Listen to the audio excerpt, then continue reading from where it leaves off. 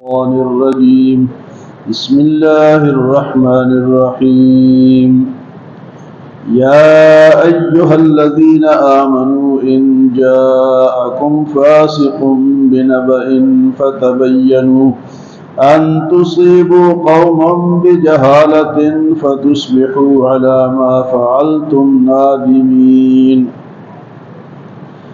سورۃ حجرات میں معاشرے کی ہر قسم کے لوگوں کے لیے ہدایت ہے۔ اس آیت میں جھوٹی خبریں پھیلانے والوں کے لیے نصیحت ہے کہ جھوٹی خبریں پھیلانا جو ہے یہ حرام ہے۔ آج کل آپ دیکھتے ہیں کہ جھوٹی خبریں کتنی پھیلتی ہیں۔ یہ آیت مبارکہ اس طرح نازل ہوئی کہ ایک قبیلہ تھا، وہ مسلمان ہوا، بنو مصطلق۔ تو حضور صلی اللہ علیہ وسلم نے اپنا ایک نمائندہ ولید ابن عقبہ کو بھیجا کہ ان سے زکوٰۃ وصول کی جائے۔ زکوٰۃ کا جو نظام ہے نا جی، یہ حکومت کے ہاتھ میں ہونا چاہیے۔ تو آپ نے بھیجا کہ وہاں سے زکوٰۃ وصول کی جائے۔ اب یہ جب وہاں پہنچے، اس گاؤں میں، اس ایریا میں، تو وہ لوگ استقبال کے لیے کہ حضور کا نمائندہ آ رہا ہے، ہم اس کا استقبال کریں، سارے نکل آئے اور ہتھیار بھی لگائے ہوئے استقبال کے لیے آ رہے ہیں۔ تو وہ جو نمائندہ تھا، اس کی کسی شخص سے دشمنی تھی پہلے سے، تو اس نے سمجھا کہ یہ مجھے مارنے کے لیے آ رہا ہے، اور وہاں سے واپس آ گیا۔ اب وہ لوگ جو استقبال کے لیے آئے تھے وہ پریشان کہ بھئی ہم تو استقبال کے لیے ہے، نمائندہ آیا بھی اور چلا بھی گیا، کچھ پتہ بھی نہیں چلا۔ انہوں نے حضور صلی اللہ علیہ وسلم کے پاس وفد بھیجا کہ آپ کا نمائندہ آیا اور ملاقات بھی نہیں اور واپس چلا گیا۔ اس نے آ کے حضور کو بتایا کہ وہ لوگ مجھے مارنے کے لیے آ گئے تھے، حالانکہ معاملہ کچھ اور تھا۔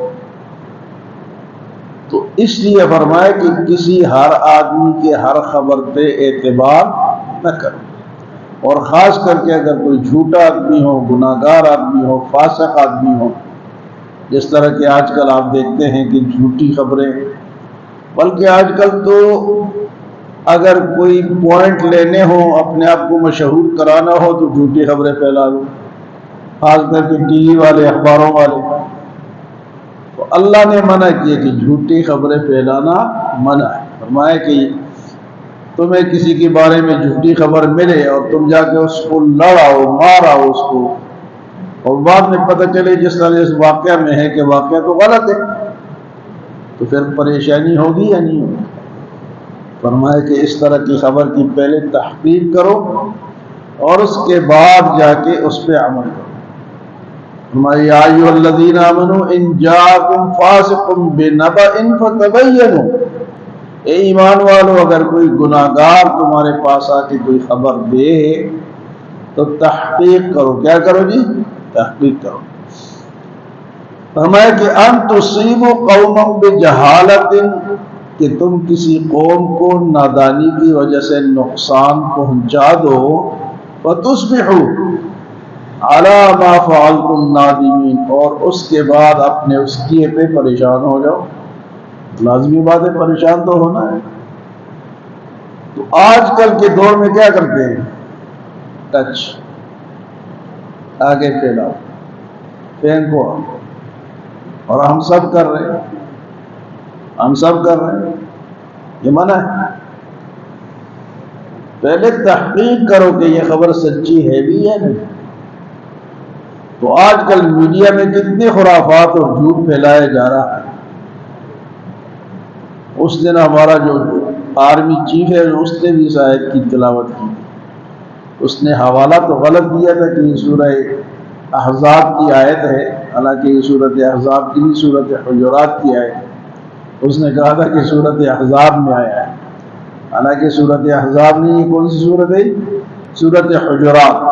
وہ جو باہر سے کوئی لوگ آئے تھے کنونشن سینٹر میں، وہ تقریر کر رہا تھا، وہ حافظ قرآن تو ہے، تو آیت تو اس نے صحیح پڑھی، لیکن حوالہ سورت کا صحیح نہیں ہے۔ تو اللہ پاک فرماتے یا ایھا الذین آمنوا ان جاءکم فاسق بنبأ، اے ایمان والو تمہارے پاس کوئی بھی جھوٹا آدمی آئے اور کوئی خبر دے فتبینوا، تحقیق کرو، غور کرو۔ تو آج کل یہ جو سوشل میڈیا ہے، یہ جو ہم آگے پھیلاتے ہیں خبریں، اس میں ہم کتنے گناہگار ہو رہے ہیں، کوئی تحقیق ہے ہی نہیں۔ اور اخبار والے اور ٹی وی والے اور اینکر یہ تو اتنے، یہ کیا جواب دیں گے، یہ اللہ کو کیا جواب دیں؟ اتنی جھوٹی خبریں یہ پھیلا رہے ہیں۔ ہر جھوٹی خبر وہ کیا ہوتا ہے، ان کا نمبر بنتے ہیں۔ نمبروں کو کیا کہتے ہیں جی؟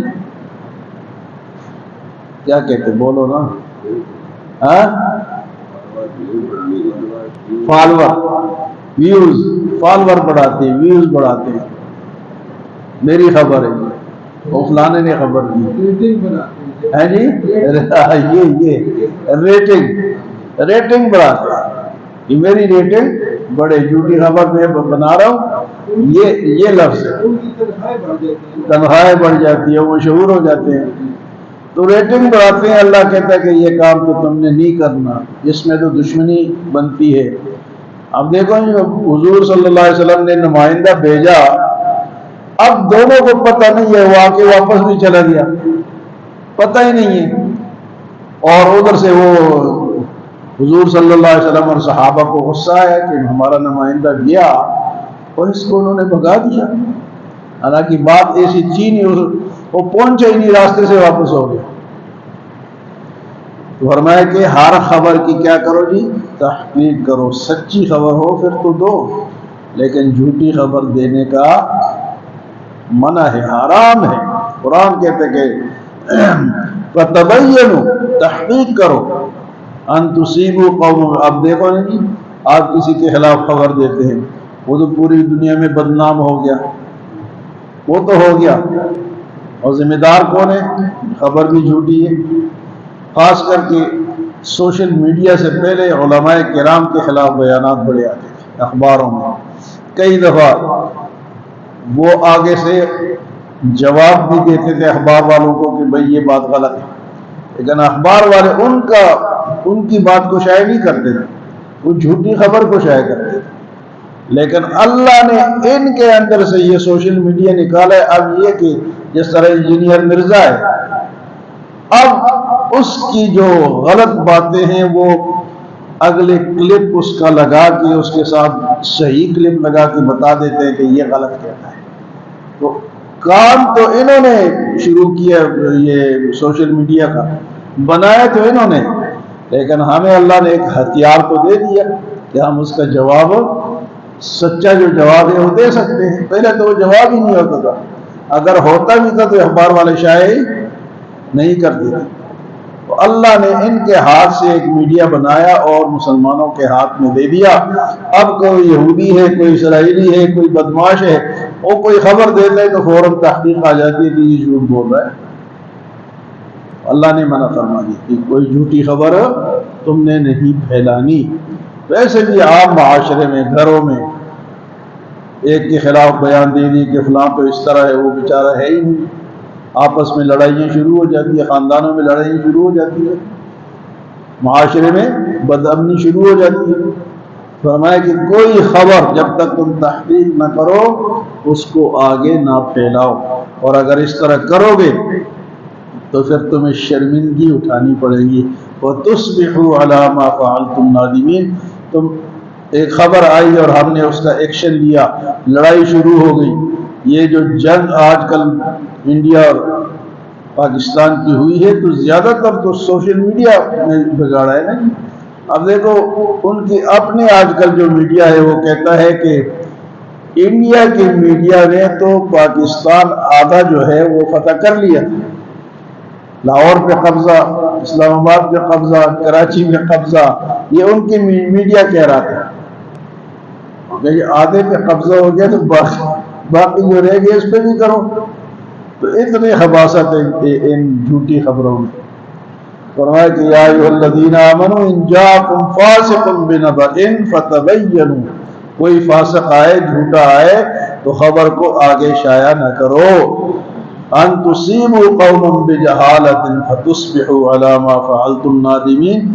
اس نادانی میں، جھوٹی خبر میں، عام معاشرے میں آپس میں گھروں میں بھی جھوٹی خبریں پھیلائی جاتی ہیں، لڑائیاں ہو جاتی ہیں، بعد میں جب تحقیق ہوتا ہے تو وہ جھوٹ ہوتا ہے اور ادھر لڑائی ہو چکی ہوتی ہے، دشمنی لگ چکی ہوتی ہے۔